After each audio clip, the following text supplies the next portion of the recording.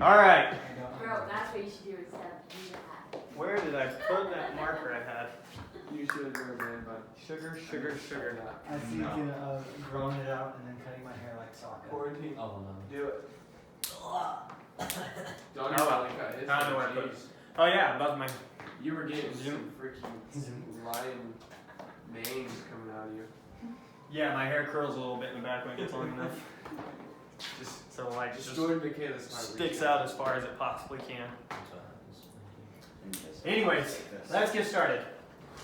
So, Let's get started. chapter 5 is Wait, we're on chapter 5? yeah. We finished We chapter finished chapter 4 last time. I don't, okay, We I kind don't of have just prepared ran this. I have to go through that homework now. Chapter 5 is actually chapter 4 was our hardest chapter. So chapter 4 was the hardest chapter. Chapter 2 is probably the second hardest. Chapter 5 is going to be mostly intuitive stuff and getting us into proving a lot more. So we're going to start seeing more widespread applications of proving things. And we're going to use group theory as our first field where we test out a lot of stuff. So chapter 5 starts out by introducing the logic of identity. And before we have a big get into it all the way, let's just do high level what we mean by identity. What do we mean by identity? We mean the equal sign. So far what we've been developing is called first order predicate logic. That's the logic we've been developing. Now, once we add identity onto it, we're going to be developing what we call first order predicate logic with identity. The reason we do that with identity is because, first off, understand identity is just a what? Equal? It's an equal sign, but what is it in terms of what we know? Sentence. I just forgot the word. Predicate. Predicate. It's just a predicate, right? X equals Y is a predicate. Right. So you understand that? So the only special rule with identity is if identity's in there, then in every interpretation you have to use identity again. You can't replace it with a different predicate. Does that make sense? So remember when we were doing our interpretations, when I interpret a predicate, I can interpret it with any predicate as long as it took the same number of terms or variables. Right? So our rule with identity is if identity's in there, it has to stay in there. You can't get rid of it.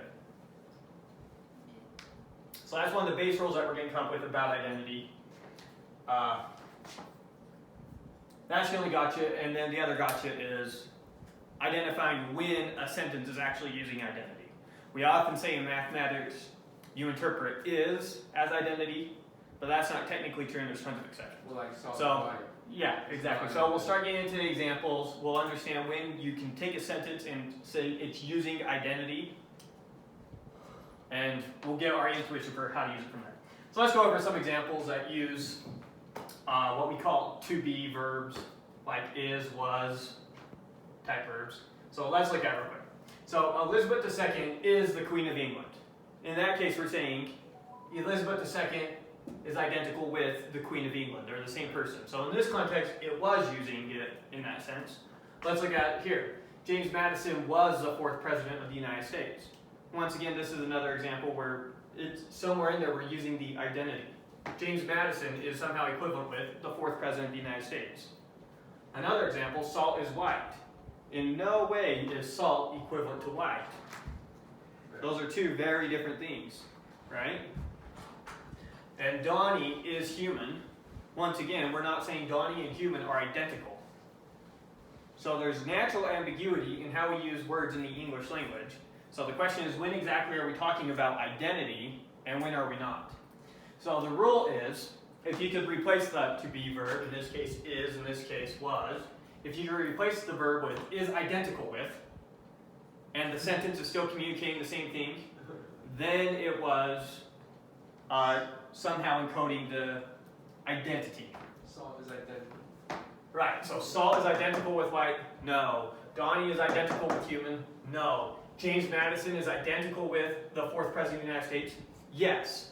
Elizabeth II is identical with the Queen of England? Yes. So, Elizabeth II equals the Queen of England. James Madison equals 4th president of the United States. Those ones it works with, it won't work with these two. Make sense? Okay. So, the law of identity. In short, the law of identity says identity is an equivalence relation, for those of you who took discrete math. For those of you who didn't, it means identity is reflexive, symmetric, and transitive. If you don't remember what these mean, we'll really quickly do it. What does it mean for a relation to be reflexive? It means it is itself. Yeah. It's related to itself. In this case, the relation we're talking about is identity. So x is related to x, or x is identical with x. X equals x. That's always true. And it's symmetric. For all xy, if x is equal to y, then y is equal to x. And it's transitive. If x is equal to y and y is equal to z, then x is equal to z. Okay? So that's the law of identity. Okay.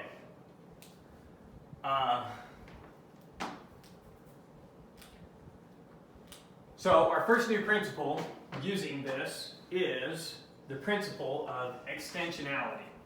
In short, what it says is, well, exactly what it says is, if x is equal to y, then something is true of x if and only if it's true of y. Yes. So in other words, if I know that x is equal to y, then every predicate that I can plug x into that comes out true, if I plug y into it, it comes out true as well. Every property that x has, y also has that property. If x is equal to y, then something is true of x if and only if it's true of y. So does this apply is this applying specifically to the law of identity, or is it with all? Just identity. So does that principle apply to other equivalence relations? No, not at all. So one equivalence relation is congruence is an equivalence relation. So if I know that segment AB, thinking in the geometry sense, is equivalent with CD, AB has a property of starting at A and ending at B. CD does not have the property of starting at A and ending at B. Okay. So there's tons of equivalence relations. Are there other equivalence relations where it does apply, or does it only apply to the law of Only identity? applies to identity.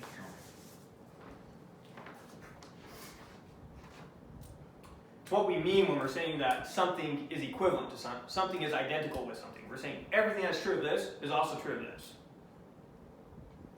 Right? So identity of insertables, if something is true, if something is true of x, if and only if it's true of y, then x and y are equal. So this is an extension of what we set up here, and we're just going to show it really quick. But let's make sure that we understood this one more time. If something is true of x, if and only if it's true of y, then x is equal to y. So you're seeing how it's the converse of this? Something Yeah. is true of x if it's not the converse. Yeah, it is. Yeah, it's just this way. Yeah, it is. It's the converse of the first statement, and we're able to show it from what the first statement says. Don't they say the same thing? Something is true of x. If x is equal to y, oh, sorry, we're not. Oh, there. Sorry. Yes, converse. Hard converse. I'm seeing it. Okay, so let's go over it real quick. So x does have the property that it's equal to x, right? And since y has every property that x has, then y has a property that it's equal to x. And since it's symmetric, x is equal to y, therefore x equals y. Quickly showing this. Good? Alright. Now our new rule of logic, our rule of identities. First rule, but we don't have a second one, unless I missed something. Alright. If S is an open formula, what does it mean to be an open formula? It's not. It's not bounded by a Predicate. No, quantifier. By quantifiers, exactly. Yeah. So there's not Basically, quantifiers. it's a predicate and a variable without a quantifier. It doesn't, it's a formula without quantifiers. That's what it is. Okay, so if S is an open formula, from S and x equal to y, we may derive T, provided that T results from S by replacing one or more occurrences of x by y. So in other words, if I have an open formula that has x's in it, and I get a new formula by replacing some of those x's with y's, that's okay. Because I said that kind of weird. Because x equals y. I can take an open formula that has x's in it, and if I know x equals y, then I can replace some of those x's with y's and get a new formula. And that's a valid rule. That's what I'm allowed to do. So that's what this is saying. So T is what we get from S when we replace some x's with y. So let's read it one more time to make sure it all makes sense. If S is an open formula, from S and the fact that x equals y, we may derive T provided that T results from S by replacing one or more occurrences of x by y. You can derive T. T is the formula we get by replacing some of the x's with y's. So you start with S. S has some x's in it. And we know that x equals y. So we take S, we replace some of its x's with y's, and that's how we get T. Yeah. So we can derive T from S if S is an open formula, and we know x equals y, and we replace one or more occurrences of x by y. Make sense? Okay. Furthermore, the identity x equals x is derivable from the empty set of premises. Here's one that's a little bit weird. When we're saying the identity x equals x is derivable from the empty set of premises, we're saying this is now a rule of logic. It's not something that we're deriving from something. It's not something that we're proving from something. It's a rule of logic. Why can you just say that? You can't. How can you just say it's derivable if you're not actually deriving it?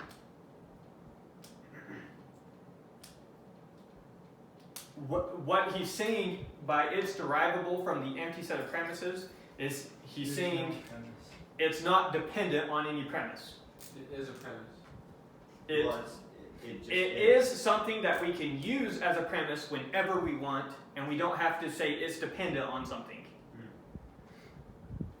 So basically, Just 'cause it's it's stating intuitively that it it's a makes sense. universal axiom. So now it's this universal, not axiom, because Universal premise. this universal rule, we can universally use it as a premise whenever we want, and it's not adding a premise. So it's like an axiom. It's kind of like an axiom. When we're talking about developing a field of knowledge, we set our axioms and we look at the logical implication of those axioms. But this is just a rule that we can use from here on out. That What's x the equals difference? x. What's the difference between what and what? What's the difference between that rule and an axiom or premise? So an axiom is some assumption that we're making in a particular field of math. So, for example, two fields of math. We have hyperbolic geometry and Euclidean geometry.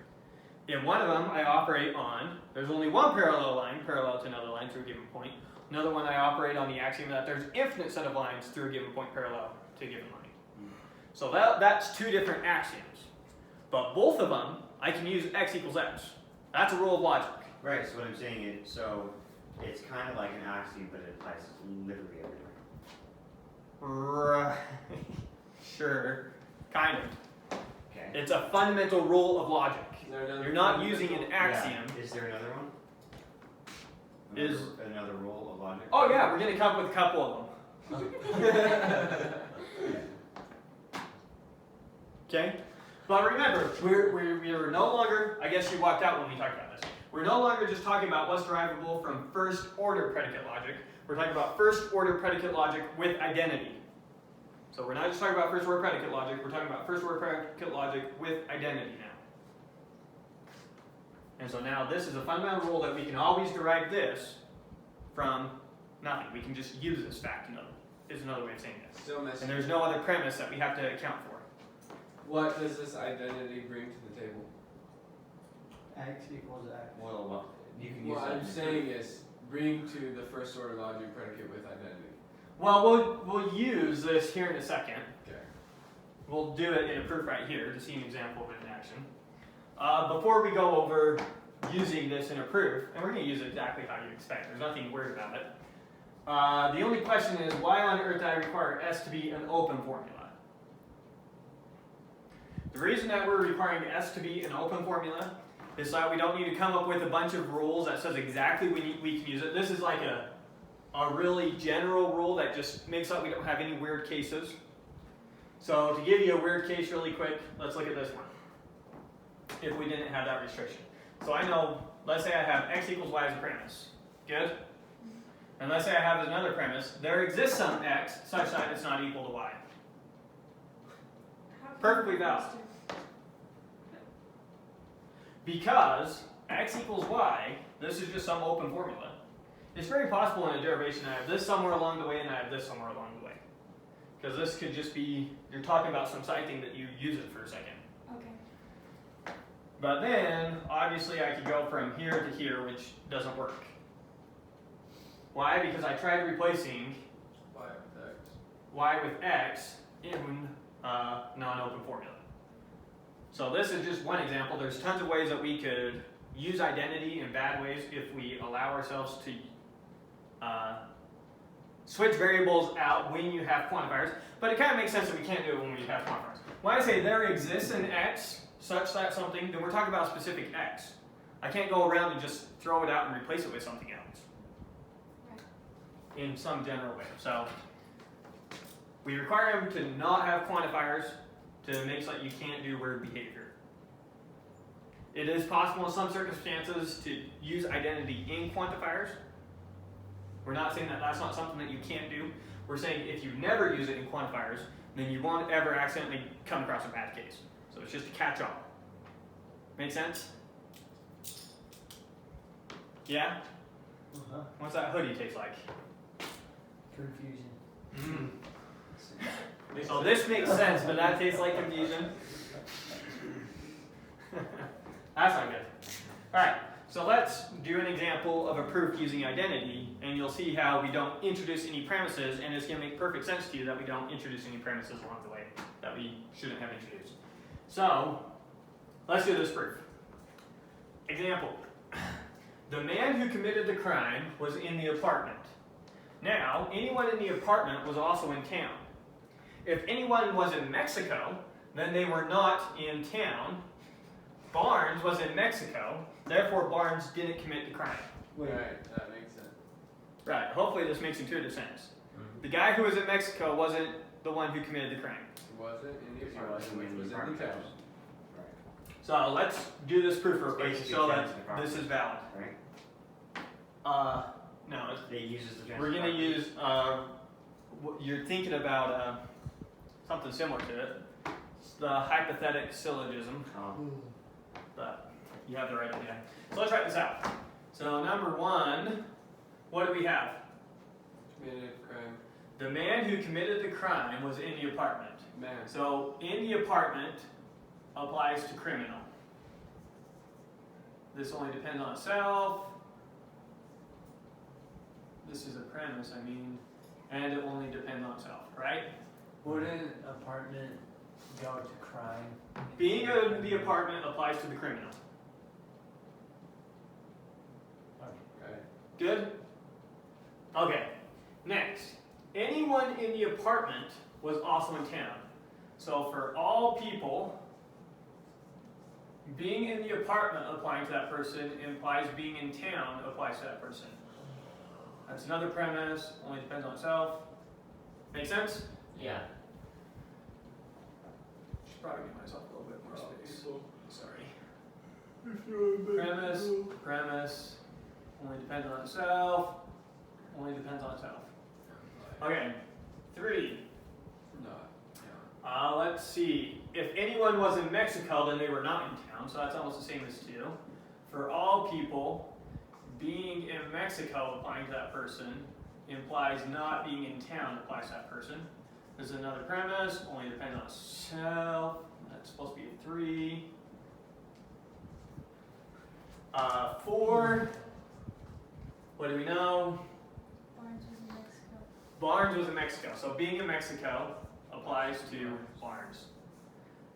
Premise 4. Okay, So if Barnes was in Mexico, let's just do what to these two? It's called. Universally specification. Yeah, universal specification. So we know that being in the apartment applying to Barnes implies being in town applies to Barnes. This is universal specification on 2. And now this depends on 5 depends on just 2. 6,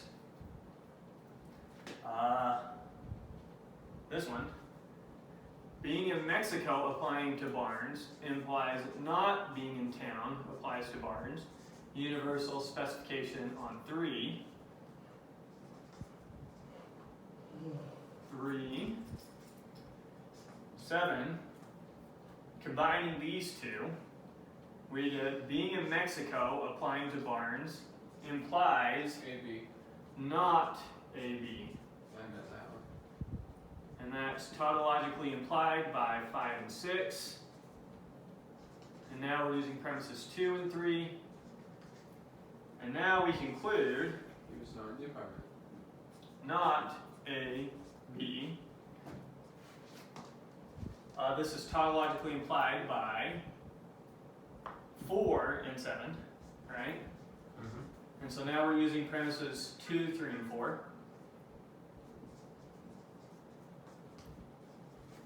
And now, here's where we're going to introduce identity. We're going to do a proof by contradiction.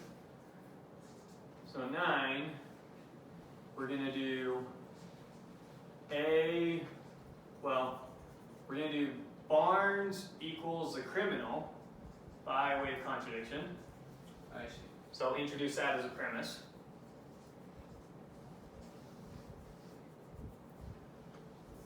And then, if Barnes is a criminal, then what does that mean?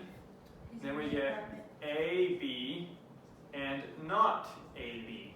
Right. Well, maybe we're doing 2 steps in one there, but I think you guys all followed it. From Yeah. that we can conclude A, B, And then AB, not AB.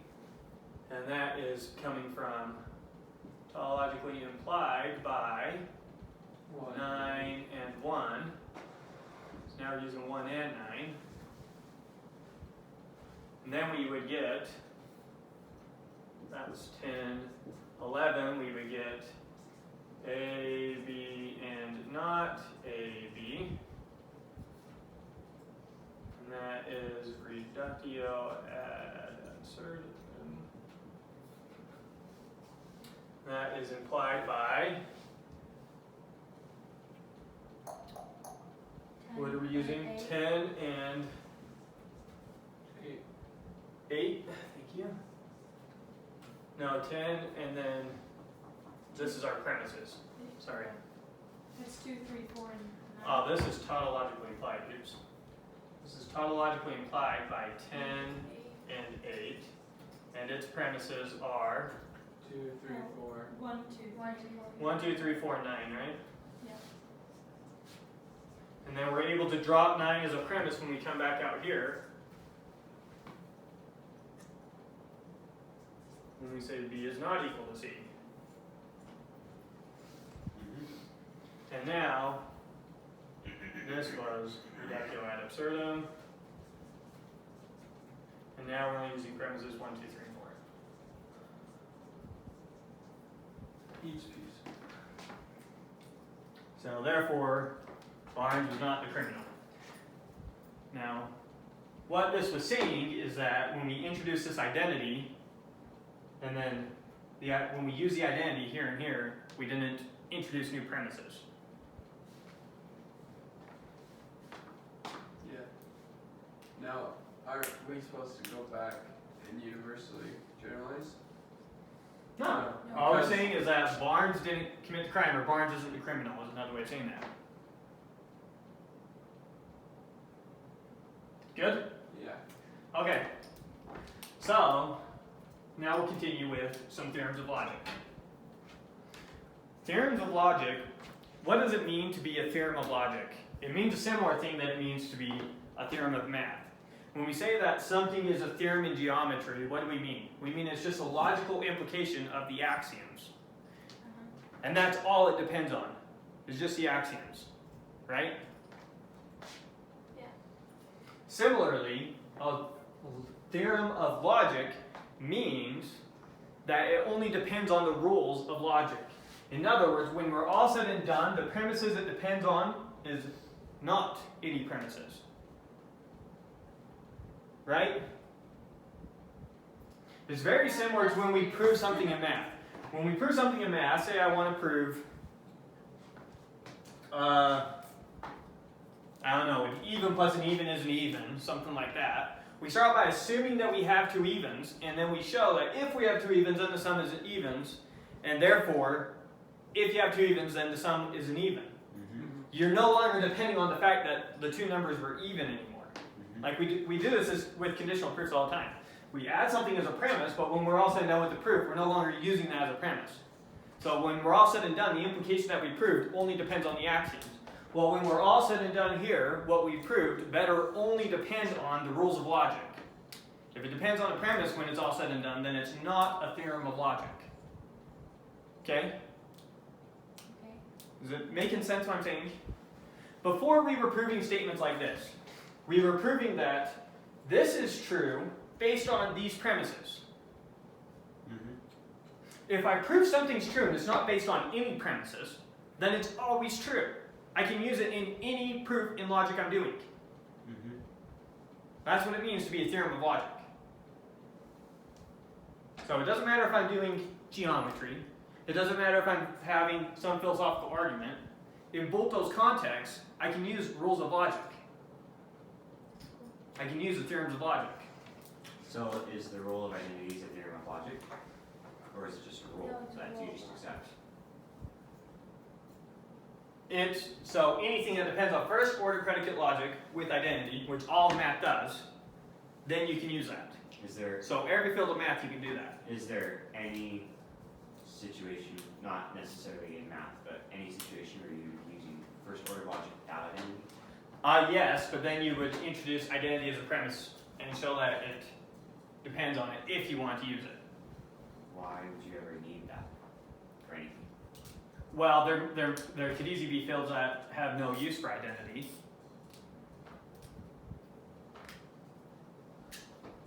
I don't know any off the top of my head. Okay. So let's do a quick theorem of logic. Now we're going to prove two theorems that we already stated just as rules and used. Now we're going to go back and prove them.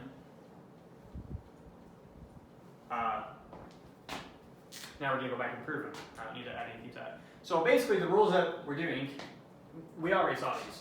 We're showing that if there exists x, such that some statement of x, then that's logically equivalent to not for every x, not that thing.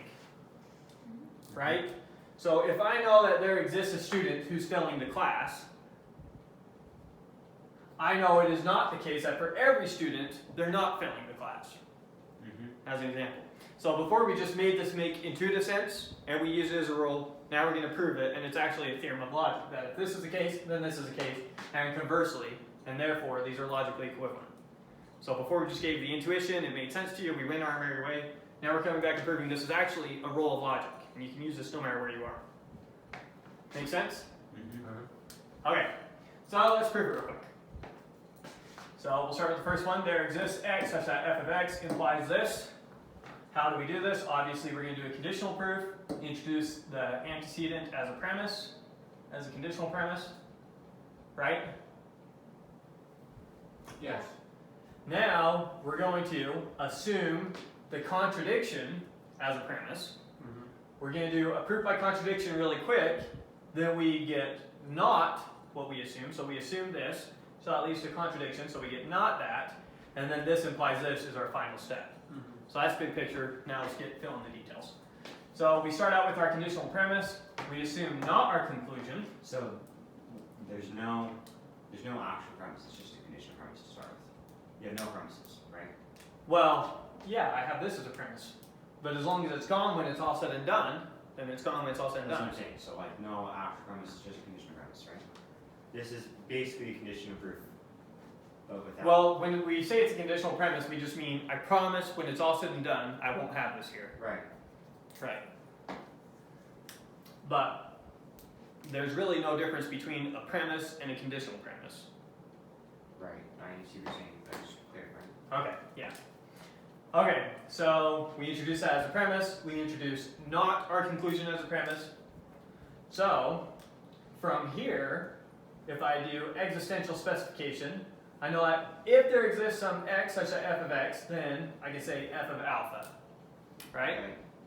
And if I know that for all x, not f of x, then I know not f of alpha. Right. Good? So now I have f of alpha and not f of alpha. Which is obviously a contradiction. Therefore, not this is true, or in other words, this, reductio ad absurdum. And then so I know my implication. Any questions on that proof?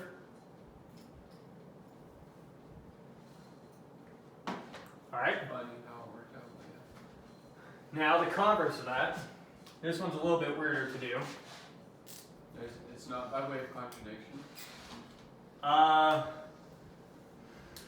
Well, I don't think we use a proof by contradiction in this one. The reason that this one worked out so nicely is we started being able to talk about something and then work from there. Notice that when we're trying to go this way, this doesn't give us anything to talk about. And at the same time, if we tried to just say, oh, let's prove the converse, then that would be not this implies not this. And then once again, we still don't have something to talk about. Right. So this one's kind of weird in that either way, we can't just start with something. So we actually start this one out with just a conditional premise that this being true means that this is true. If f of x, then there exists x such that f of x.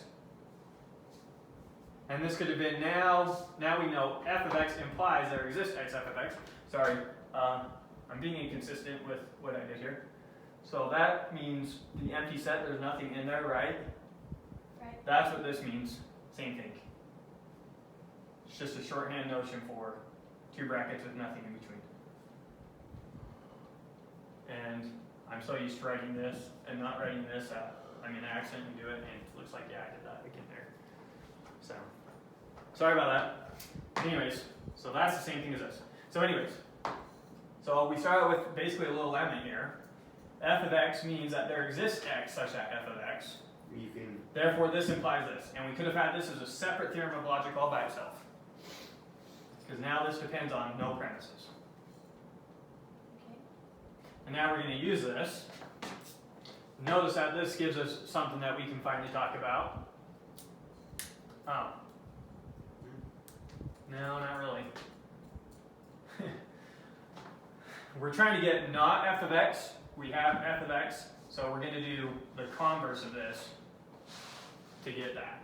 So conditional premise, not this. You get with what this is? Which is going to give us not this using this theorem. And now we can universally generalize.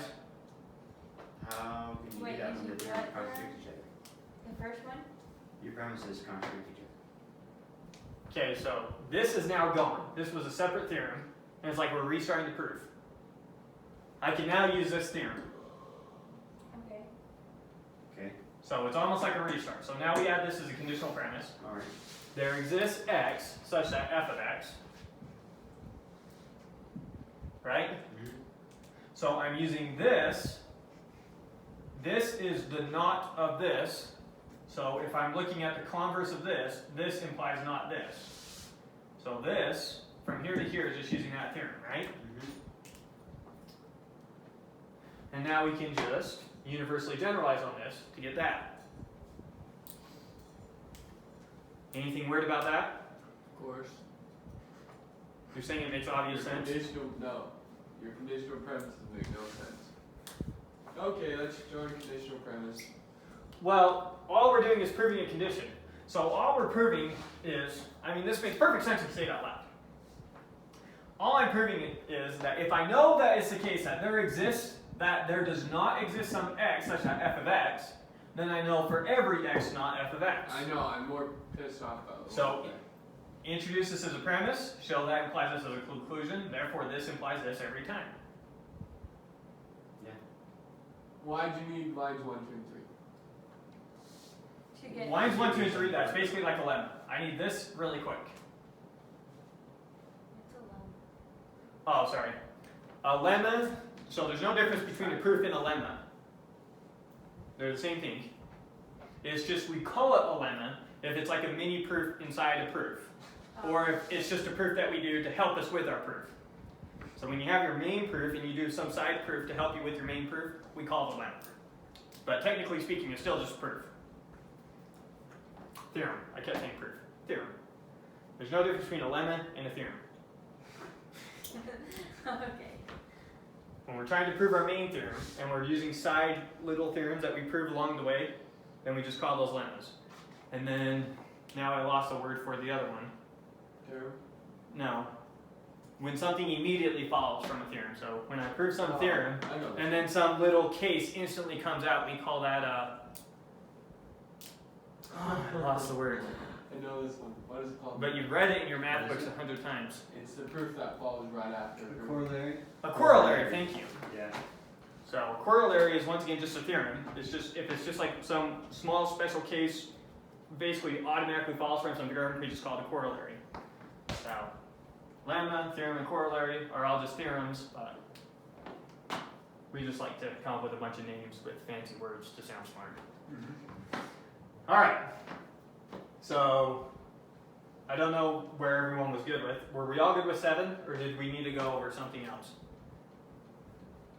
The logic makes sense. 7 just finishes up the conditional proof here. The conditional proofs. Still struggling. Like, take me through the logic there. If I have, like I'm thinking if then, and it's not working. On 7 or 3? On your 1 and 4. So 1 is how I start my proof of 3. 4 is how I start my proof of 7. So let's look at 7 since it's the more convoluted of the two. I understand that though. Oh. If If I want to prove if x plus 2 equals 4, then x equals 2. If I want to prove that, where do I start? I start with the conditional premise, let x plus 2 equal 4. If I want to prove that this statement implies this statement, I don't know why I'm doing quotations. If I want to prove that A implies B, what do? I assume A, and I see if I can include B. Yes. Then So I got A implies that's why I B. understand 7. I don't understand 1 and 6 because you have your conditional premise. You're not 1 and 4? 4 of it. 1 and 4 is the same thing as A. It's the same thing as let x No, plus 2 it's equal not, 4. because let me show you what A is. That is A, and that is B, and you're throwing in a random A, and you're throwing in a random A. Okay, so here's what I'm trying to prove. Lemma, I'm going to prove this. Here it is. Lemma, I'm going to prove this. Here it is. Oh. Okay, put them together. We're done. That makes so much sense. Okay. So from here, and then obviously this is just rewriting this as it's not converse, but as contrapositive. Right? Right, James? That's a tricky one. He's learning. You awake back there? Just a bit. Am I talking too quiet? No, wake up, Austin. No, she's not here. That's why I wasn't worried about I that. can tell. And then I also have no neighbors that way. So don't have to worry about disturbing anyone. I can yell all day, James. That's what I'm getting at. Probably fall asleep through the Well, I have a few dead markers here to throw at you, so I'll get them ready.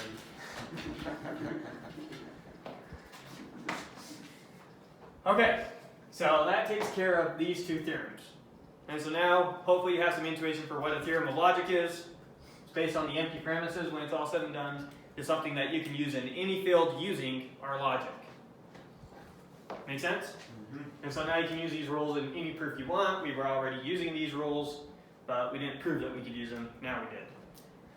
Another theorem of logic, we didn't talk about it this way, but our whole way of proving reductio ad absurdum is also, it's a theorem of logic that we can do that.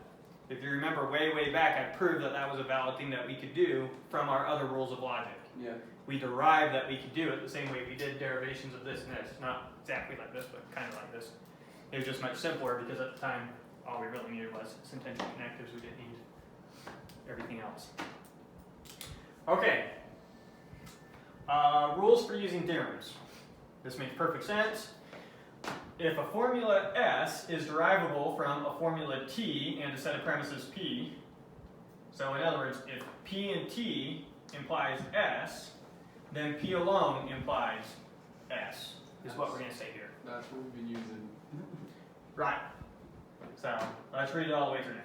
If a formula S is derivable from a formula T and a set of premises P, and if T is derivable from P, then S is derivable from P alone, provided that T doesn't contain any ambiguous names. In other words, you can't have I can't take this, plug in an alpha for it, and then use that as a theorem. So let me really quick show you what a bad theorem of logic would be. Notice that right after this line, so say we're just doing, let me just write that.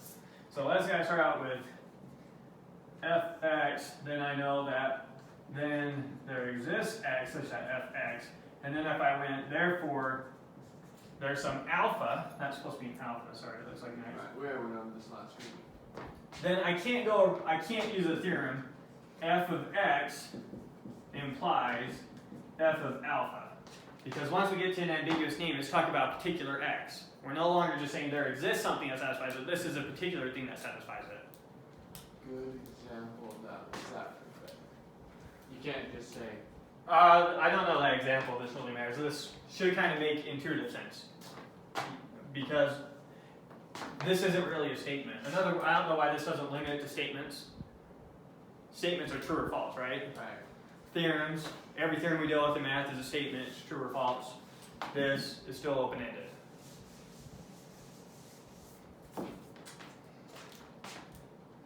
Anyways, but basically you can use them exactly how you expect.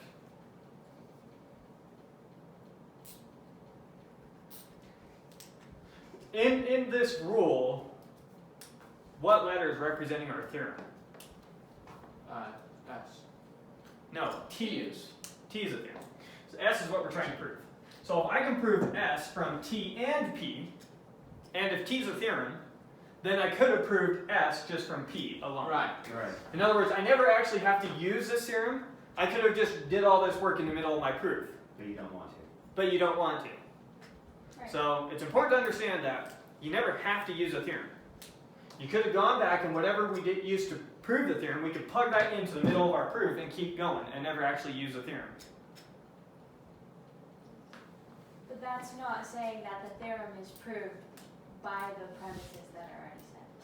It's just the theorem is proved by itself, right?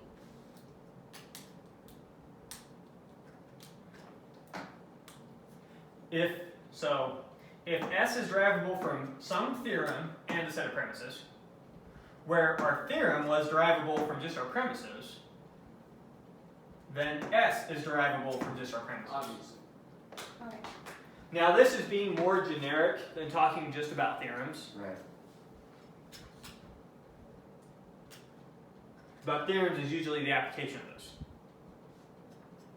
So I just want it to make sense in the context of theorems. But it seems like we've written that down already. So we've written something really close to that. Okay. So there's our rules for using theorems. Now let's do a bunch of group theory theorems. So now what we're going to do, we're going to introduce 3 axioms, 1, 2, and 3, and then we're going to prove a bunch of theorems. And we get to use this rule over and over again, which basically means to prove theorem 2, I get to use theorem 1. To prove theorem 4, I get to use 3, 2, and 1, etc. As long as we prove them in this order, we can use any previously proved theorem, any previously proved result, obviously. Okay? Are we proving all 9? Yeah. Okay. We're going to see what we're doing real quick. So, let's really quick make sense of what our axioms are saying.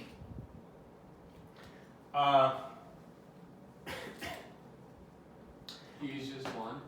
Huh? Well, E is the equivalent of 1 in the math. E is going to be an identity element. X inverse is just going to be an inverse element. And then this circle, I'm probably going to say X compose Y, but this isn't actually function composition. That's just how I'm reading that symbol. This is just some arbitrary what? Relation. Not relation, Predicate? not predicate, Variable. not variable. No. Term. It's like equals. What is it? No, it's not like equals, it's like plus. Operation. Operator. Operation. Yeah, this is just some operation. It takes terms and spits out terms. It's not multiplication. We could make an interpretation where it is multiplication. But not in this interpretation. Okay. So let's do an interpretation to this really quick to make sure it makes sense and write it out with the interpretation. So we could interpret that symbol as plus. We could interpret that symbol E as 0, and we could interpret that to the -1 E is 1. as negative. No, it's 0 in this case if we do addition. So let me write out these axioms with the interpretation of addition. Then it would be, I'm not going to bother with, well, maybe I should. So then we know that for all x, y, z, which one do we do first? X plus y plus z is equal to x plus y plus z. Now notice that we're doing an interpretation with identity. So I cannot replace that identity with another predicate. I have to keep the equal signs in there in every interpretation. I can replace that with any operation I want. I can replace that with any operation I want. Well, that's like it's an operation just to one thing. And I can replace that with any element I want. Any interpretation I want, but equals has to stay equals from here on Is out. this the first time we've used equal? It's not the first time we've used it. It's the first time that we're using it where we're saying we're required to interpret equals as equals from here on out. For example, well, we were interpreting I as equals, not equals as I. So maybe this is the first time we're doing interpretation on the equal symbol. It might be. Anyways, so here's what the first axiom is saying. If we're going to interpret it as with plus, here's what the second one's saying. There exists some element 0 such that for all x, x plus 0 is equal to x. In other words, 0 is a right-hand identity element of addition. It turns out it's a left-hand identity too. You use 0 plus x and so with x. That's one of the things we'll prove. Let's look at this one. This one says, for all x, there exists negative x such that x plus negative x is equal to 0. So our domain here would have to be at least the integers, right?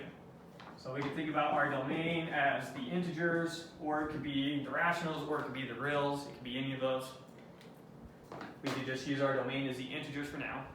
So is it true that for any 3 integers, you can add them in any, you can do, I don't know any way to say that except for to say, is associative?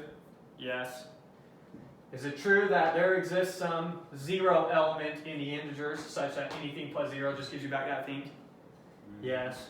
Is it true for any integer, there exists a negative of that integer such that there's sum equals 0? Okay, so it satisfies these 3 axioms. So that is an interpretation. So that means if all these theorems are logical implications of these interpretations, then all these theorems better apply in that special interpretation as well. Right. Make sense? Okay. So this, your circle that would represent composition doesn't actually represent composition. It's just an arbitrary. it's just an arbitrary operation. It could represent composition on. Could it though? Yeah, that's a common one on Yeah, set of permutations. E would just be set of 1. permutations. Yep. I would be the reciprocal. So let's do some of these. So I'll do the first one and I'll let you guys take one if you want. Okay. So- You don't want though. You don't have to if you don't want to. I'll just let people who want to try one if they want. So theorem one. What's the hardest one? And I'm not going to bother writing out, from here on out, I'm not going to bother writing out all the quantifiers. I'm just going to write it, and we're just going to do the math how we're used to doing the math. So I'm going to prove basically how I would prove in just a math class. Good? Like, And I'll just reference these axioms as I use them. So let's see. So how would I start this? I start this with let x, y, and z such that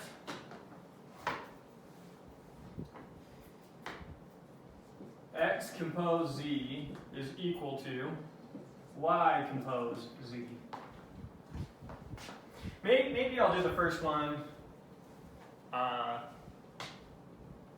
the way that he does it in the book. the way we've been doing it the whole time. Yeah, so what's my first thing going to be? My first thing's not introducing the axioms as premises. I'll say that we can just add those on whenever we want. We'll just make the premise A1, A2, A3 instead of a line number. So anyways, using axiom 1, I know that x compose, Why? let me see. I know that this holds for any 3 elements I pick. So I'm going to pick 3 elements and plug it in there. And the elements I'm going to pick are X, Y, and Z. x, let me match up the parentheses with how it's done. X compose z inverse. I know that this is equal to x compose z inverse. And this is using axiom 1. Good? Axiom 1 says that this is true for any 3 things, therefore it's true for the 3 things I chose. Yeah. 2, introduce what I know as a premise. I'm trying to show that this implies this, so I'm going to add this as a conditional premise. Probably should have done that Why'd first. you do that? Let's call this One then. 2, and I'll do 1 up here. Conditional premise, we'll say that, sorry, I keep losing track of it. X compose E equals Y compose E. I was going to say that. Wouldn't that be your first let? Yeah. So this is a conditional premise. No, just at what? Oh, yes. And that's dependent on itself. We won't bother calling that premise. That's dependent on axiom 1, right? Yes.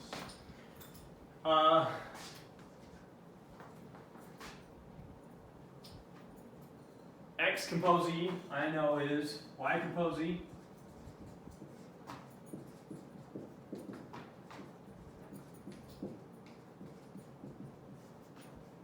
So now this is using axiom 1 and 1. How do you know that? Line 1.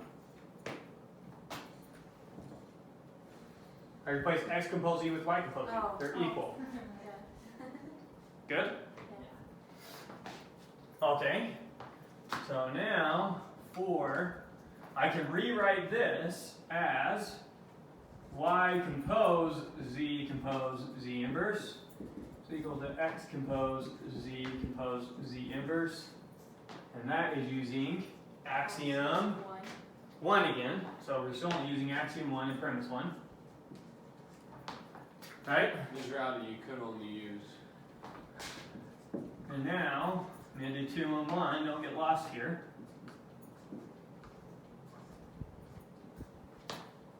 Right? And that's using axiom 3,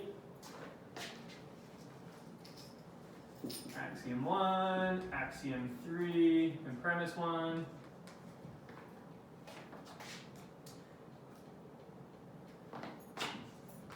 And then we get y equals x using axiom 2. Axiom 1. Or sorry, No, not axiom 2. Line 1. Sorry. Axiom 2 says anything composed with identity just gives you that thing. Anything composed with identity just gives you that thing.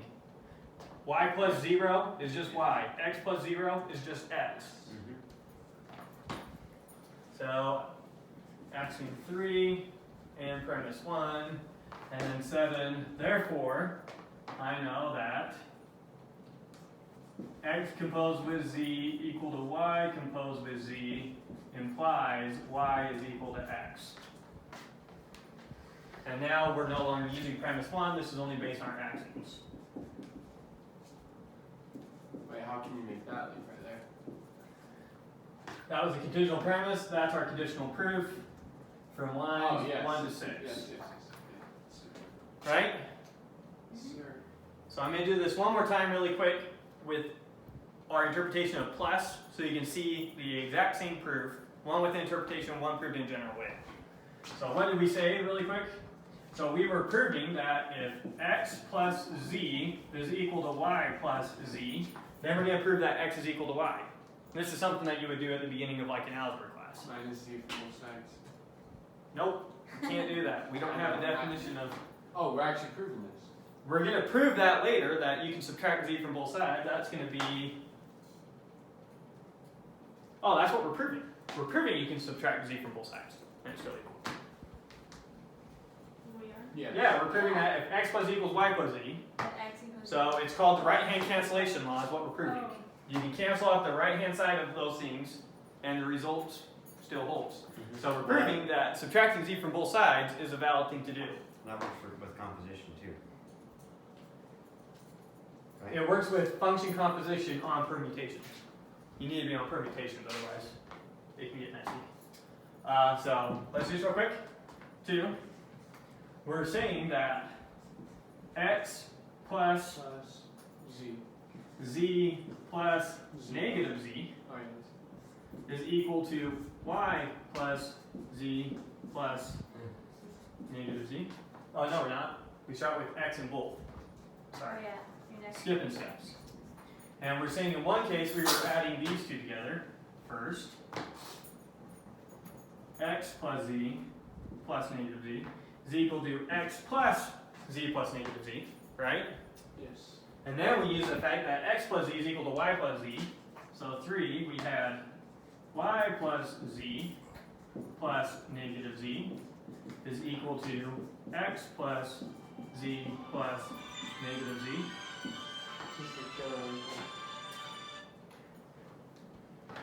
Rewriting 4, what do we have? 4, we just move the parentheses over there, so we just have y plus z plus negative z is equal to x plus z plus negative z. Dawn is teaching the logic.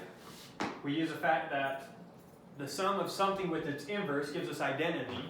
So z plus negative z gives us identity, or in other words, 0 is equal to x plus 0. And now we know anything plus identity just gives you back that thing. So we know this is y is equal to x, 7. Therefore, if we know x plus z is equal to y plus z, then we know that x is equal to y. So there we go, right-hand cancellation law. So here it is for groups, proving it for things in general. This is for a very specific operation. That's basically the same proof though. It's identical proof. One's proving it just in a special case. One's proving it for, this is true for any operation, for any set of numbers that satisfies these axioms. Not even set of numbers, for any domain. This is a very special case of it. Make sense? I'm trying to think of how you do too. I can do number 2 as well if you want. So now we get to use theorem 1, right? Yeah, so now you can use theorem 1 to your heart's content. And now I'm not going to bother writing out all the steps that we're using. We'll just see it and see it make sense. So now I'm going to prove that X. X. x composed with e is equal to e composed with x. in other words, if E is a right-hand identity element, it's also a left-hand identity element. Right. Make sense? So in other words, just because I know that x plus 0 equals x, that does not mean I know 0 plus x equals x. We gotta prove that. Make sense? Yeah. Yeah, how good is that? Alright, so We probably start with x composed of e. So one, I know that x composed with x inverse is equal to e. Good? Axiom 2. How do you know where to start with these? That's a good question. That's 2. You just, You just That's start how you somewhere, write. and I'm like, what? That's been my question That's for 2. 2 years. So Because the only way. you're asking a question that, I mean, that's one of the things we talked about is there's no surefire way to prove something. There's no, if you always do this, that's why we can't have I know, we can't but program sometimes I programs look to at just those prove and I things. just look at them and I'm like, I have no idea where to start, and I just sit there and I just look at them. I still have no idea where Yeah. to start. Well, I know that, I mean, I Right. see what, I know I'm going to want to use, well, I don't know. I assume I'm going to want to use Theorem 1. Okay? Okay. So I'm going to need to cancel off some right-hand element thing, and I'm going to need to end with, well, just pops into his head. It's I like know. divine revelation. you just start with something and start working with it. I don't know. The more you do proofs, the more you start to realize. how to Yeah, use it. some of it is you get comfortable with it, you get used to doing things like this. And honestly, there's going to be infinite ways to prove this thing. There's tons of ways. Chances are if you sat down, well, I don't know, we probably come up with the same proof. But there's several proofs where you and I would sit down and prove it very different ways. So just because I prove it this way doesn't mean that's the right way to prove it. Maybe you would have gone about some completely different steps, come to the same conclusion. Right? It's calculus. Alright, so this is using A2. Right? Now, we didn't talk about this rule of logic that I'm about to use. I guess technically I'm using this. But side note, as a theorem of logic, and we didn't talk about it, but for any operation, so if I know that x is equal to y, then I know that z compose x is equal to z compose y for any operations, period. This is not a rule based off of this. This is a rule of logic. Because I could substitute in my y for my x, and this is trivially true. Yeah. So this is always true just based off of identity, and then my substitution of identity gives me that. Okay? So I can always compose things on. Notice what we were proving was ripping something off, cancellation off. So if I know that x equals y, for example, then the fact that x plus 10 equals y plus 10, this is not a rule from arithmetic. This is a rule of logic. This is coming from what identity is. We don't care about what the plus is. We don't care about what the 10 is. We don't care that we're talking about numbers. If these two things are equal, then these two things are equal. Because when I replace y with x, that's identical. So you can always compose things on, is what I was getting at. And I realized that I could use this rule to do what I'm saying because I'm going to compose on an identity. But I don't have to use this rule necessarily to compose on identity if I do it to both sides. But now I see that rule, I don't need to do it to both sides. I can just do it to one. So I'm seeing a different way from how I was initially thinking about it. Anyways, so my next step is going to be this.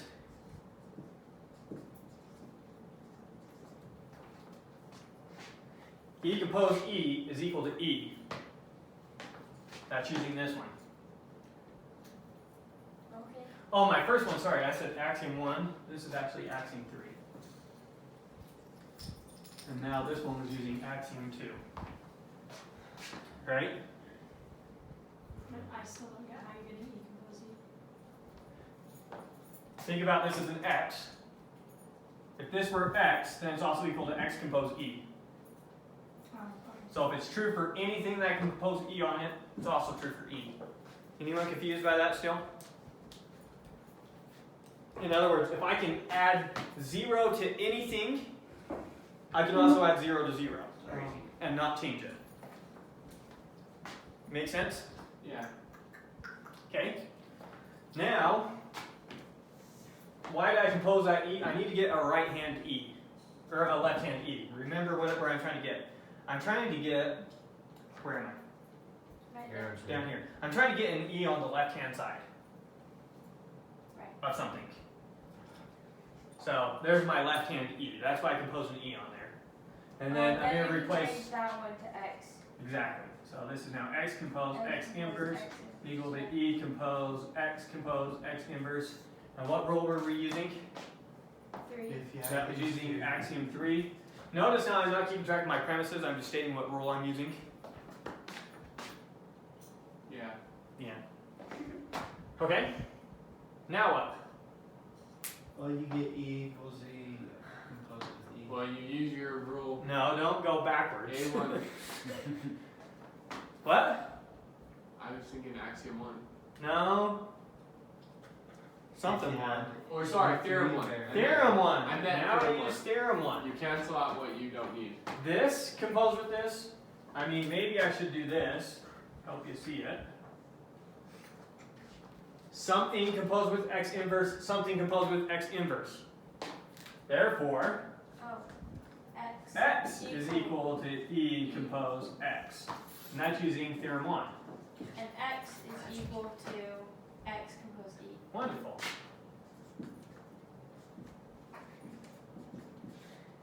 You must have just saw all this in your brain the moment you just like saw it there. No, he was burnt. Well, yeah, you knew that you were trying. I wasn't thinking about this. I knew once I had x, I could get it. So here's what I saw. I have my x equal to my e. Now I needed something here that would give me an x1 inverse I could cancel out. I mean, it's really not that much to think about when you see it, right? Right. I don't know. Everyone go with that proof?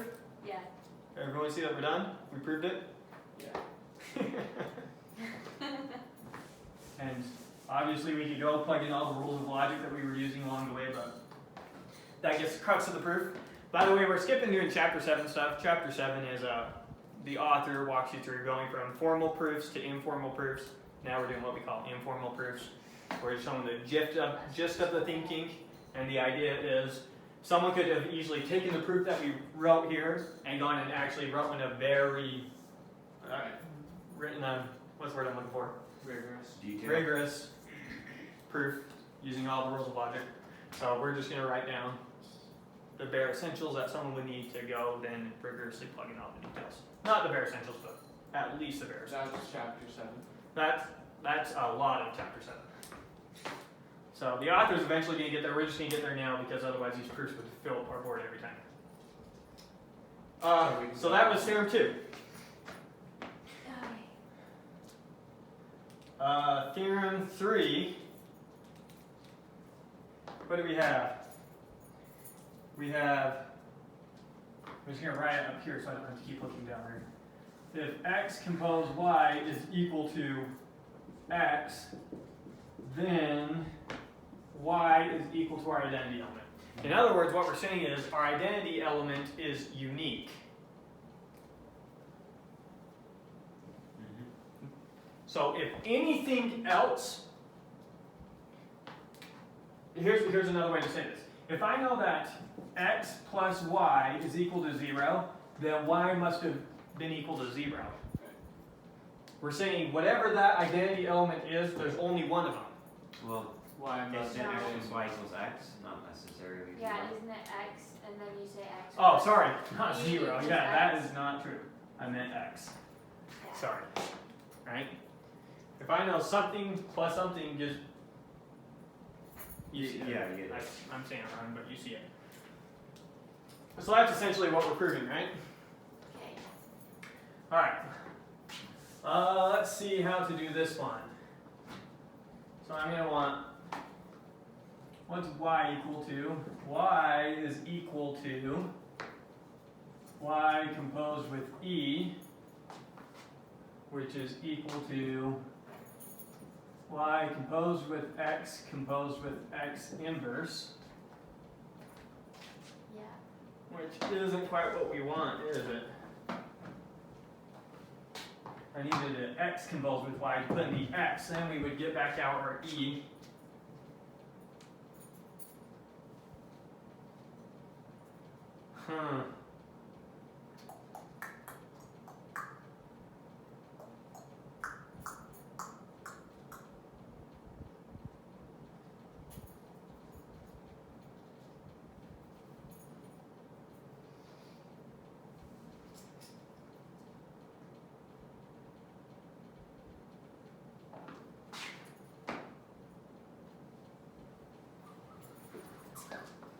Anyone see how to do that? Would you use theorem 1 or 2? Could you start out with theorem 2? You can start with theorem 2. Yeah, I can move that if I wanted, but that just gives me y is equal to e. Y is equal to It seems like you would use theorem x 1. compose x inverse compose y, right? It seems like you'd use theorem 1. They're pretty similar as far as You structure know, if I goes. had theorem 4, I could prove that. Because then I could just switch those orders, do my substitution. Maybe you use that. So let's do theorem 4 real quick, and then we'll come back and do theorem 3. But what if you use Can you do theorem that? 3 to prove theorem 4? Sure. As long as I don't use something I haven't proved. As long as But I want to use theorem 4 to prove theorem 3, and I don't have it. So maybe there's an, I mean, I'm assuming because the author gave them to him in this order that I could do it without theorem 4. But let's just try doing theorem 4 and then come back and do theorem 3. So let's see if we can do that. But it makes sense that we could do that, right? Mm-hmm. Yeah. As long as I prove it in some linear order. As long as I don't use information I haven't proved. Mm-hmm. So let's try theorem 4. So theorem 4, I'm trying to prove that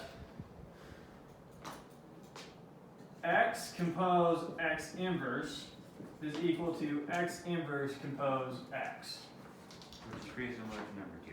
So Theorem 2. Yeah. let's use axiom 1 real quick to just get both those combinations. Let me see. X inverse compose x inverse is equal to x inverse compose x inverse using axiom 1. And it doesn't matter where we put the parentheses, right? Mm-hmm. So let's see. I want to think about the thing I'm trying to prove. I like that on my left-hand side. So I want this x inverse, no. Oops. You want to switch x inverse to. So let's see. This is, I already know what this one is, or do I already know what this one is? I already know what this one is. Okay. So I want to prove that this thing over here is also equal to identity.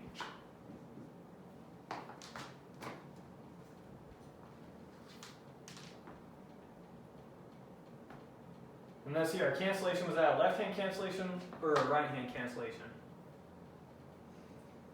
It was This a one, right hand. it was a right-hand one, right? Mhm. Oh, okay. So here's how we're going to do it. So then x inverse compose x inverse is equal to x inverse compose e. Right. Okay. Good with that? And now I can swap, which gives me what I want. X inverse compose x inverse is equal to e compose x inverse. Let's specify what we're doing as we You go. want to put your Because eyes So that's this theorem one was 2, right? axiom 3. And then this one right here, going from here to here, we're using theorem 2. Yeah. Yeah, because remember, we can't use theorem 3 because we haven't proved that yet. Right. You get what we got so far? 1 second. Oh.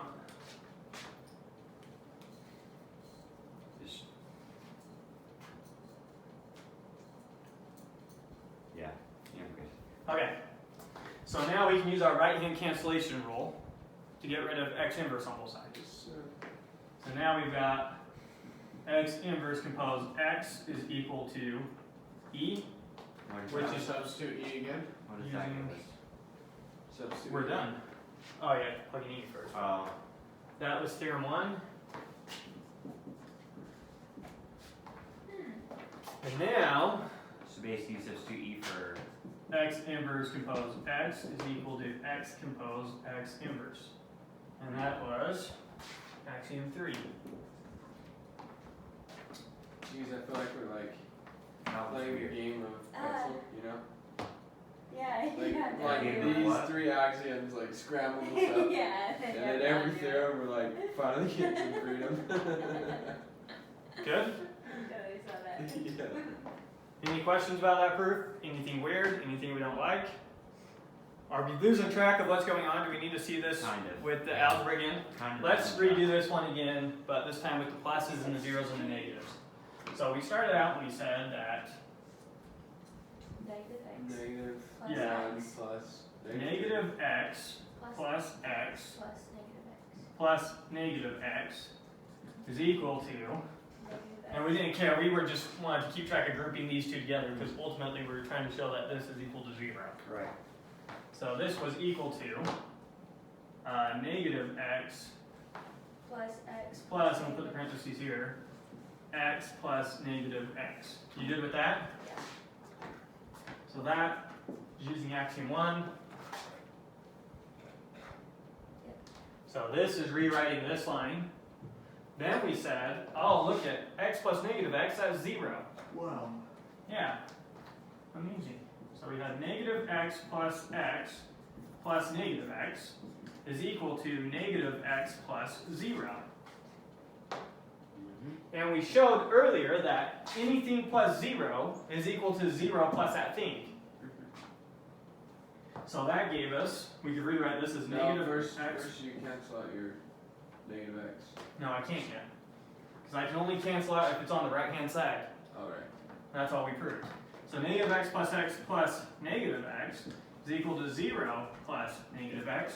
Now we have something plus negative x equals something plus negative x. Now we know that we can cancel out on the right-hand side.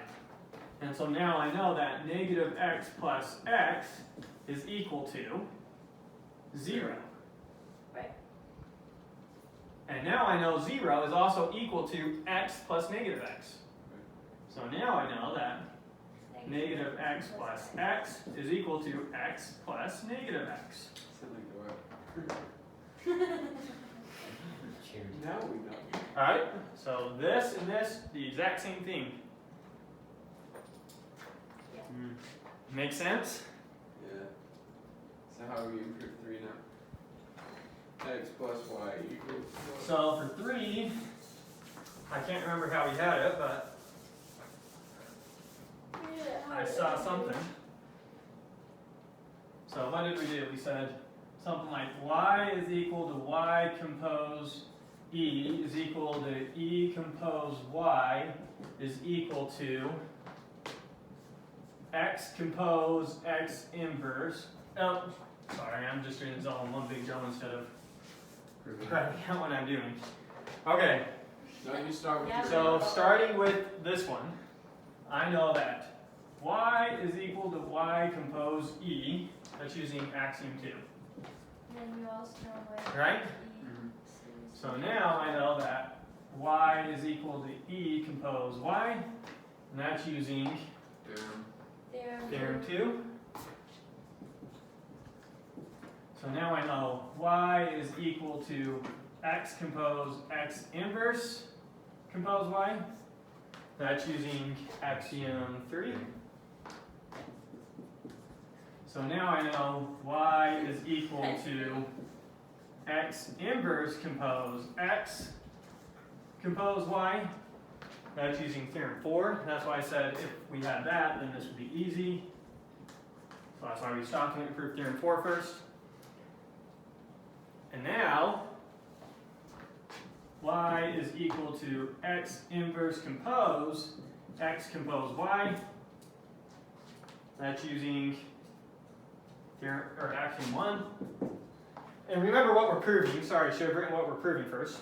We're showing that if x composed y is equal to x, that implies y is equal to our identity element. Right. That's what we're proving, right? Yeah. So I know that x composed y equals x. X composed y equals x. Oh. So y is equal to x inverse composed x. That's using our conditional premise. Hey, y equals e. There you go. Commute y equals e. So then we have y is equal to x composed x inverse. That again is using theorem 4. And then we have y is equal to e. And that's using axiom 3. Neat. Oh. And therefore, this being true implies, not that, this being true implies this is true. Did we lose track of what we were doing in that one? No. That was pretty good. Okay. Does someone want to try one? I feel like if I try one, I'm just not going to be able to do that. I just don't think I know where to start. Like I could do one. Could I do it in 10 minutes? Demonstrate. That's a good point. Yeah. It's like, yeah, I could do it, but I mean, it might take me 2 hours, so. What time is it? 8:40. An hour and 20 minutes. We have some time to struggle. Someone want to come struggle? Why not? Alright. So theorem 5. Left-hand cancellation law. Oh, that's an easy one. Okay. My guess, Levi, is you'll be using theorem 4. You'll flip it up. That actually makes sense. So you'll get it in terms of E. I don't know if you want to get e in You there. just I need feel like your, I'll be using you need your theorem x inverse is why. Theorem. X inverse needs a z inverse. Do I use right-hand cancellation to prove left-hand cancellation? Needs a z I don't inverse. see why you would. Yeah, you need a z inverse. Wait. That's right. It seemed. Would I prove it the same way we proved right-hand cancellation? No. Look, this is what I would do, Levi. I would write your first Probably your right in first implication if you know what I'm saying. Like in the sentence? Yes. Well, you No. start with let z compose x equals z compose y. Yeah. Well, That just say let. Yeah. So z compose x equals z compose y. No, that's not what I'm saying. X equals But y. Yeah, that's what we're proving. Don, So one, write your when first you part. add like compose x or compose whatever, do you have Say to add z on the right-hand compose side or x the left-hand? Compose Think about it. z inverse equals z compose y I compose z know inverse. x is equal to Identity. y. Do I know z compose x is equal to z compose y? See, exactly what he I just don't know. did with That's z what I'm inverse. Think about identity. This has to be true. Based off of identity. And it's just substitution. So you can do that way. So then do 2 z compose y. that's what you were saying, right? Like that makes sense to me. Yes, but then z compose y compose z inverse equals z compose y. J. Okay, that's an x. That's Okay. an X. Okay, now you Let me can rewrite just that. add I see what you're saying though. compose z inverse to both sides. Yeah. Can I just do that though? Because of theorem Yeah. 1, right? No, because of. Theorem 1 says you can cancel. But No, Theorem because- of Logic says oh, you it's can because not, of that's logic. not another arrow. Because of Wish that logic. was 2 arrows. It's part of the identity. The other way is a rule of logic. That's right. That exists. Well, not that one. We didn't write it out. I specified it before I continued. Because I thought I was going to use it. What's the rule? The converse of this is a rule You of can logic. just add things If on this to is your true, identity. then this is true as a rule of logic. That's not a rule of group theory, But that's this, a rule of but logic. This isn't a rule of logic? It's So, just like if the converse is This divided by implying this, You want the marker? this implying this, You want the marker? is a rule of group theory. but not a rule of logic. This implying this is a rule of Just logic. like a puppy dog. Oh. My blue kid. Oh, okay. Make sense? Yeah. What's handicap? Compose z inverse. E. Now use rule, theorem, Yeah, what you can do now? What Use you do theorem now? 1. Use theorem 1. Right hand. You're going to cancel out those z No, inverses. shut up. Put the z inverses at the start. You can't just put them at the start. You sure can. You can just put them wherever you want. As long as you do it to the same on both sides. Remember, if when you do your substitution, they're identical, it's a rule of logic. Even if you Right. put them at the start. I mean, I realized, like, as a rule of math that I know, you can always do it to both sides as long as, but do we have that? Can we actually do Yes, these math. rules? Logic says so. Converse of theorem 1. Well, just as a rule of logic, yeah, you could do, if I know x equals y, then I know z Can't you just composed say- x is equal to z composed y. Right, like, I know Because that. substituting is a rule of logic, so I can make it like that. And this being true is definition of identity. So since this is true by identity, substitute and you get that. And basically if you Okay, just you do can E flip. Oh! compose Oh! x Hey, that equals makes to perfect y. sense now. That was a piece of And cake. equals dog, y. yeah. You can Okay. flip your z's. Flip Then the frick. And that was x easy. equals y. So this becomes E compose X. Wait, Yeah, it might. E. And E. you flip it, you're doing you two flip steps it in one, twice. but yeah, E. Yeah. I say yeah. you're doing it right. Compose y. What's the step I'm skipping? You needed to flip these from z inverse, Oh. because you need to use You use this theorem. this rule, theorem 4, I'll do it because I and need to. then you can use your axiom. Why not just prove that E also equals this, and then we don't have to do that anymore? It might come up in another Well, yeah, you could prove that if you want as a separate thing, but then theorem. It just seems like that's Side love, that's how Adding in the steps to future. every single one of these theorems. Well, that's why we were mad that you skipped the step. Only done this. I'm just gonna do that because I can. Nice. yeah, technically it doesn't make sense to not have the parentheses. We're just really lazy. Yeah, but it makes X sense. compose y. Now add z to both sides. There we go. Left-hand cancellation law. Took a little bit of help, but I did it, I guess. All right. Theorem 6. Someone want to try theorem 6? Jake, go get your candy. X plus y equals 0. E. Implies y equals Y negative x. Y equals negative x. Okay. You start for me.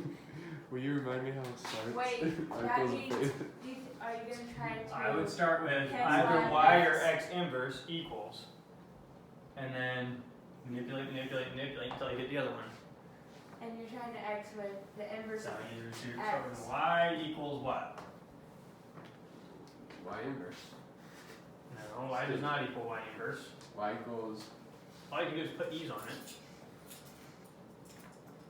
E is equivalent to 0, right? And you keep messing with it until you get just x inverse on the other side. And remember to use your given information. What's your given information? This right here. So E is x. E is Your that. given information is that. E equals that right there. Wait, no, What theorem did are you say proving? y Oh, you're is talking equal to this. E? Yeah, you need to use the I fact need to that start x with that. composed y is equal to e. I need to start with that. Okay, you can start with that if you want and see where you get. Oh, or I can just get x compose y. Okay. If so you get y equals da da da da da x inverse, then you're done. When did that happen? Doesn't mean that he's sick, it just means he's close. Like it was like one of those. What did you do? Why did you get rid of the x? Oh, Right there? you would have known. Right there? Whoa, whoa, whoa! I know. Okay, can I flip it around? No, it is not commutative. That's just We do how- not have that as a rule.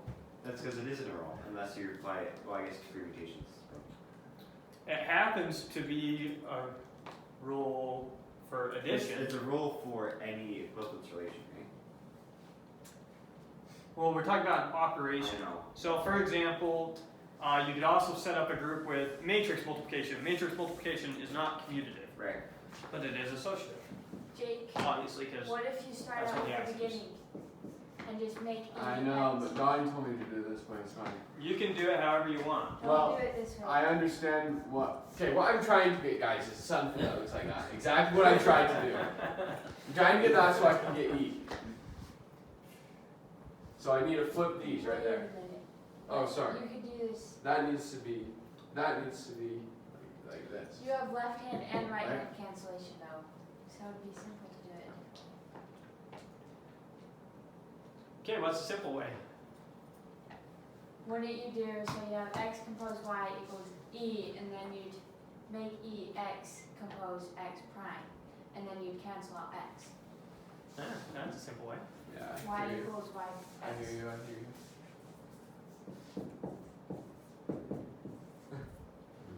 And then, Because why? and then. Then y equals. So. There you go. I was gonna start that way. And then you convinced me. And see, there's an example of how you do it a bunch of different ways. Because the way I saw it was y is equal to e compose y is equal to x compose x inverse compose y is equal to x inverse compose x compose y is equal to x inverse compose x compose y is equal to x inverse compose e is equal to x inverse. I was trying to go down. Oh, I see. So- Okay. Started out with one, went to the other. You said no, start with that equation, and then you saw an easy manipulation you could do to cancel out and make it work. Just using the theorem, yeah. Yeah. So there's an example. I did a drastically different way than the way that you did it. Your way was nice and simple, and the way I saw it in my head was looks messy. What? Huh?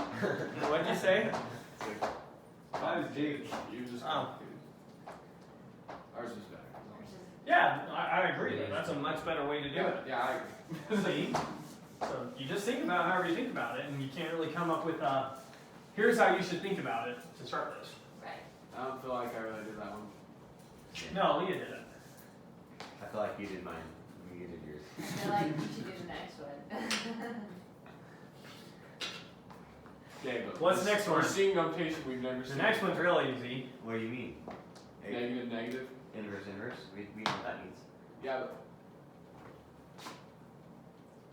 X inverse is equal to X inverse composed E is equal to X inverse composed X inverse composed X is equal to X inverse compose X inverse compose X is equal to E compose X is equal to X. false.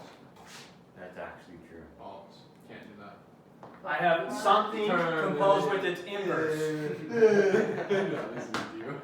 I guess I technically need to switch the order Wait, of how these. did you get? So I guess we could write out a couple more, one more step here. Oh. So that's equal to, I'm just gonna go to new line. That's equal to X inverse compose, X inverse compose, or inverse compose X. And then we can say E compose X is equal to X compose E is equal to X. How did you get Crazy. E from that? How are we gonna do 8 if we're doing there exists all of a sudden? Okay. Let's say we get, It'll just be similar to. let's say we get to here. 3. Then I say, let y equal x inverse. Okay? Okay. Now I can rewrite this as we have y inverse compose y compose x. Oh. I wasn't. And then I get y compose y inverse compose x is equal to e That compose makes x complete sense. compose e is equal to x. Mm-hmm.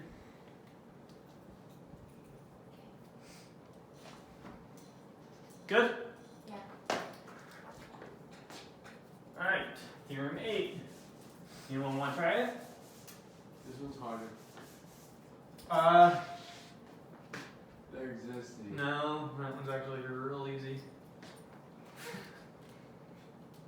Hold on, no one wants to. Hey, I would take it, but there's so All many you're people trying that to do have is that one. find the z that makes the equation true. It's just E. No, it's not e. It's gonna be E. E's gonna be the Z. Easy, get it? Now this one's kind of, I different from the other one. So Oh wait. let's start with 8 and 9. let x, y in Oh. our domain, 8 whatever and our 9 are domain just is. different by their existence. Let x and y. Well, I haven't really specified for you guys how this is. All you're doing is looking for the z that makes that true. What's the z that makes that true? I don't know, because I don't know X and Y. So x is equal to y compose z. What does z have to be for that to be true? X inverse? No? Oh, He right. has to be y Oh, inverse. Z needs to. Not quite. This means Has to be X compose Y inverse. Has to be x compose y inverse. Or Y Isn't inverse compose X. Y inverse compose x. Let z equal y inverse compose x. Then y compose z oh yeah, I see. is equal to y compose y inverse compose x is equal to obviously x. Yeah, you no. can see everything in between. All you were showing is that There it is doesn't a- matter what x and As y long are, as you there can always exists find one. a z that makes this true. There You it is. realize that just helped me understand limit proofs, just barely. Okay. What? I don't get it. Okay. This is saying that Because the for limit any proof x is and that y, there exists. you can find a z that Yeah, makes a that's statement awesome. true. Yeah. So you're just looking for the It's z not that makes for that all. true. You only need one case. What's the Right. z that You makes only that need true? one case. This, whatever this is. Negative y plus x is a magic number that when I plug in here, Felt like you're y doing plus it. x You equals take x. Texas, feel like you're Okay. breaking the rule every time. Right, so Oh. the specific example Then is, there exists. is it always true No. that I can find a z such that x plus y, such that okay. x is equal to y plus z? Can I always find an integer that I can plug in here so that this equation is true? The answer is yes. What's the integer that you plug in there? 1 over Negative y n. plus x. Plug that in there. And then you get Right. they y use the plus x's. negative y plus x is equal to x. And similar thing here. I don't know why those, well, I guess technically they need to be two different ones, but in this case you're just trying to find the y that makes that true, which is obviously x z inverse, x compose the inverse. Right. But, Okay. we have. So there we go. We just went through all those theorems for group theory. Neat. That was fun. What did you score? Alright, that's the end of them. That's the end of chapter 5. No, chapter 5 continues on, but the rest of this discussion is discussion that we've already had just by talking about things. So the rest of this discussion from here on out, it points out a couple things. So one thing it points out is we already said that you can replace logically equivalent things with logically equivalent things inside formulas. Yeah. It brings out a rule that you can do that across formulas. In other words, if I know that, if I have a theorem showing something's logically equivalent, I can then use that theorem anywhere. It Isn't didn't have to be a previous rule in my actual proof. Isn't that basically the same thing as using the rule for theorems? No, not quite. That's pretty simple. Because this is derivable from it, they're not necessarily logically equivalent. But yeah, it's a similar idea. The same way that we already had a rule that said if something was derivable from, it's like what we did for conditional premises. We already had a rule that if our premises and A implies B, then our premises implies A implies B. Cool to see. So similar thing, we already know that you can if, substitute that wherever you need, but and at the same time, you don't have to substitute. You can prove Is it. it the rule that A implies B? Is this the right, That's basically the same thing as that rule. as this rule, Yeah.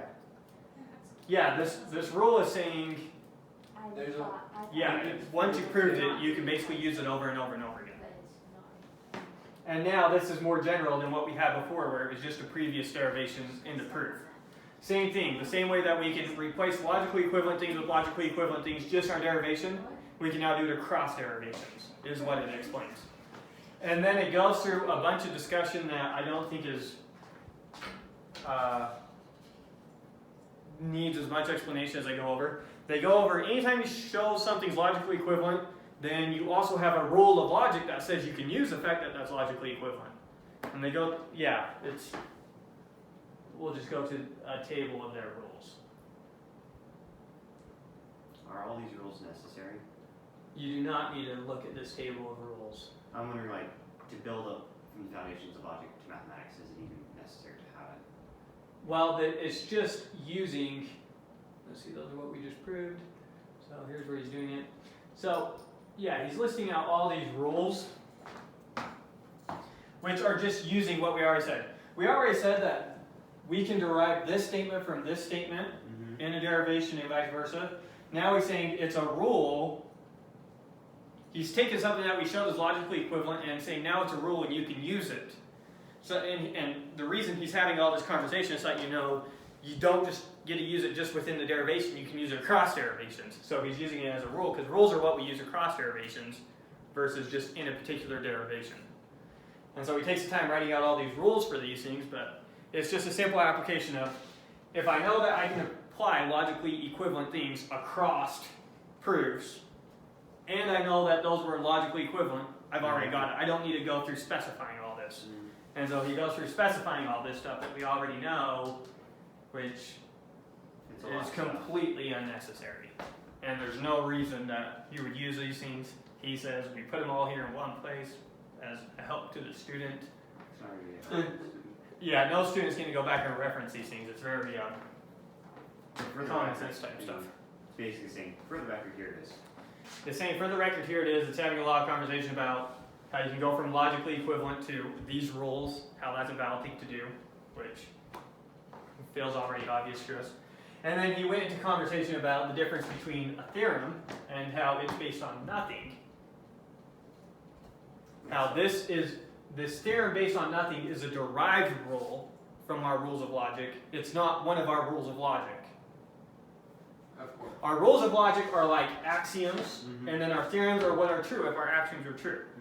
Our theorems here depend on our rules of logic. These aren't rules of logic themselves. Yeah, there's a lot of conversation about that.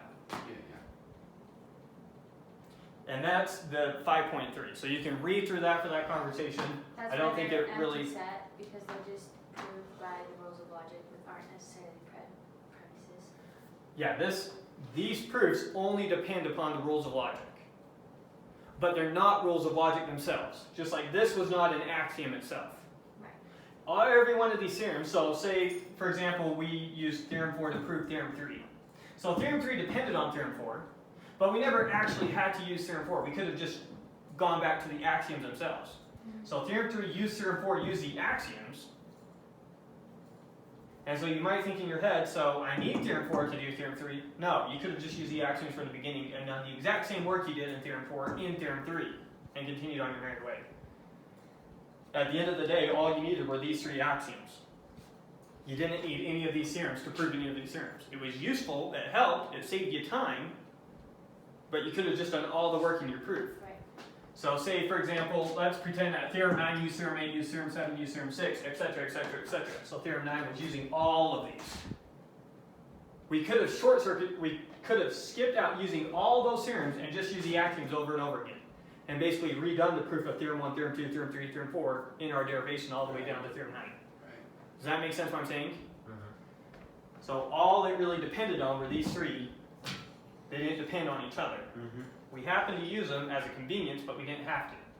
Same thing with theorems of logic. Theorems of logic are conveniences that we use because it's nice to use them, but we never have to use them. We're dependent upon the rules of logic. We are not dependent upon the theorems of logic. We're just like when we're in the field of math, we're dependent upon the axioms of the field. We are not dependent upon the theorems of the field. The theorems are just nice to have. Does that make sense? That's the majority of the conversation that he's having in 5.3. So after that conversation, that's the end of 5.3. And that's the end of chapter 5.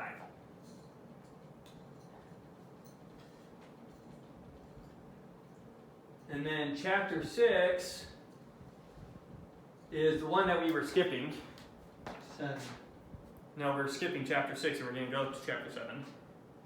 Chapter 6 is the one that talks about complications when writing proofs. And so, for example, there's a difference between California is a state, California has 10 letters, California is a state, California has 10 letters. You notice it has the air quotes around California in 2 of those and not in the others.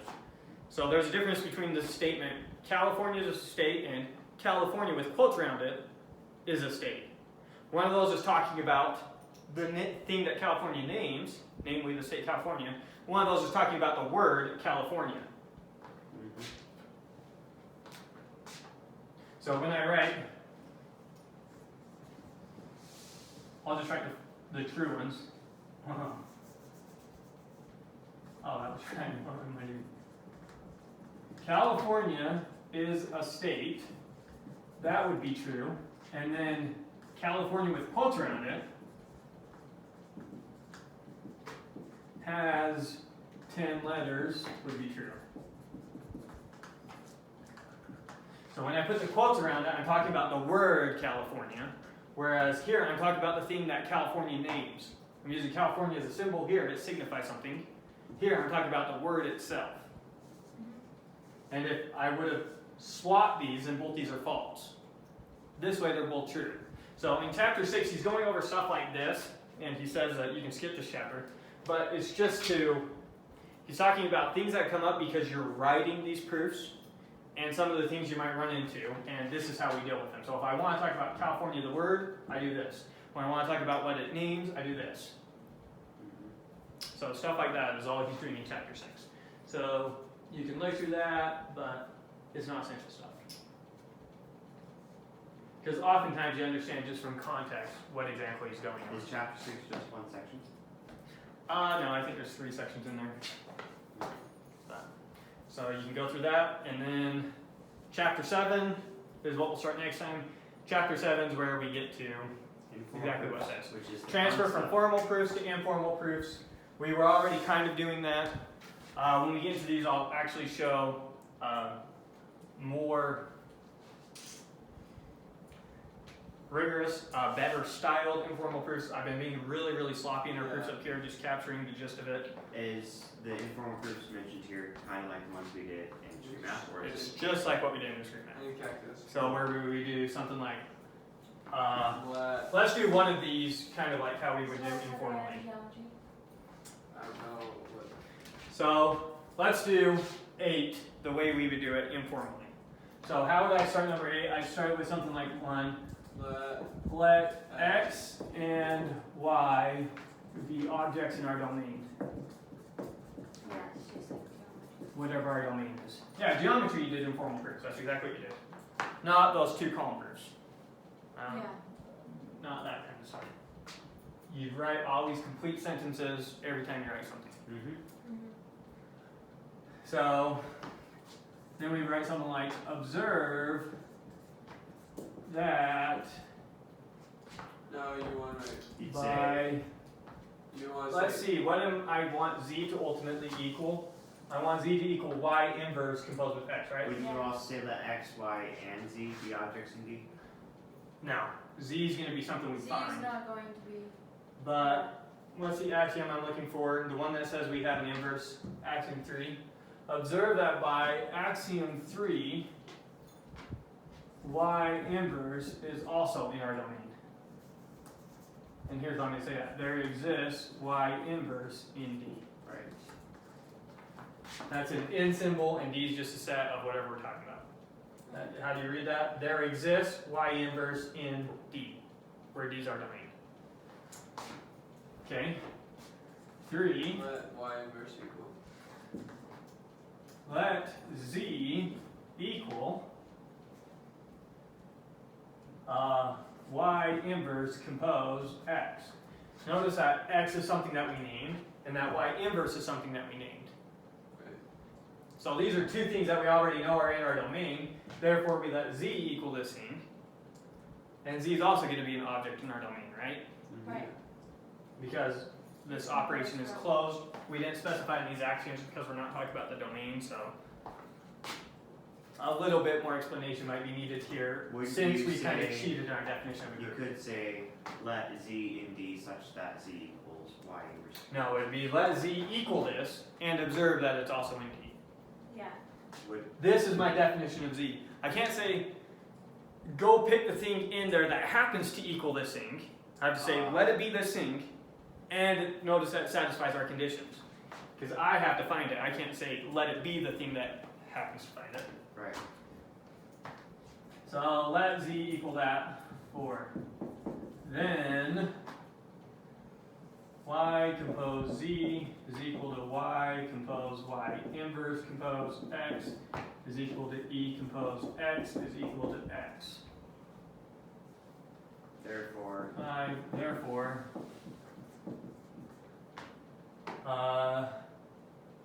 you basically that statement, right? therefore, there exists Z. I'm confused between his way and my way. Therefore, there exists Z in D such that X is equal to Y compose Z. And we're done. And do you have to universally generalize it after that, or is that it? Now, we never did that. So there is a more full informal proof on how to do something. And it's exactly like what you were doing in geometry. We did stuff like this all the Yeah, time. it looks exactly. Yes, it's Yeah, so it's very intuitive, very much the stuff you're used to. And you notice that we definitely had enough information there that if we had to go reconstruct this using formal logical proofs, we could. We have all the information that we need there. Right? You would have no trouble going from this to a formal proof. It's just very time consuming. seems like informal proofs What is added? have a in lot formal more proof? information in them and they're way more understandable. Informal or formal? Informal. So that's just because Right. you happen to be more familiar with it. It So seems with a formal proof, if I was to look at it, it'd be harder to see what they're doing from step to step with this. Isn't it informal proofs are just explaining more? What is different from informal to formal proofs? formal is we're explicitly stating every rule of logic we're using every time we're using it. Oh, so it's still using language. So, for example, I did a lot of hand-wavy stuff here. Y compose Z is equal to Y compose Y inverse compose X. I need parentheses either there or there. This isn't a valid statement. You can only compose two things together. What am I composing together? So I technically need something like this. And then I need to state the rule I'm using to do that. I can't just keep continuing on with this. Right? This would not be allowed in a formal proof. I'd have to state every time I'm using a rule of logic exactly what I'm doing all the way through. Oh. And I would have had to start with my axioms as premises. Then I would have had to universally Would you write it this way Specify though? all of them. specify. No, you wouldn't use words. Because you don't need words because you're always following. That's what I thought. Yeah. So formal proofs. I mean, the formal proof of this probably has like 15 steps in it. Probably 15 pieces of logic, maybe more, that we're using to do all this. But, so you say, this seems like it communicates better, this seemed easier to you. That's because you're familiar with it. Students actually have a hard time going from formal proofs to this kind of proof because there's a lot of style in how you do this. I have my own style for how I prove Honestly, things. that was probably one of the That hardest is parts in true. discrete math starting with it. It was like learning how to talk that way and write that way.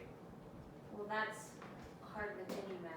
Well, not, Learning how to. yeah, but I mean specifically with But this, with algebra proofs, for example, you typically just have a nice equation that you use all the way through, and it's nice and simple, and there's not a lot of style coming into that. Here, you're seeing a lot of my own personal style. One, I number every line that I use so I can reference it later. I always do one line per sentence. That's a me style thing. Like most people, when they just prove, they just write a small paragraph and they're done. Yeah.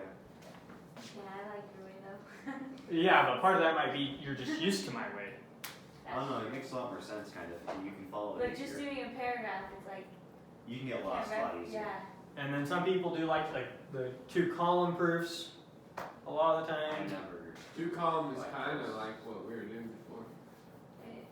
Kind of. Kind of. Not It is, kind of. but isn't it a two-column proof? You write more like the reason on the side, or like Yeah, Well, so we you have have something like that. We have Yeah, tautologically implied by this. why Right, you're so- doing it. It's kind of like what we did, but a cut down version of it.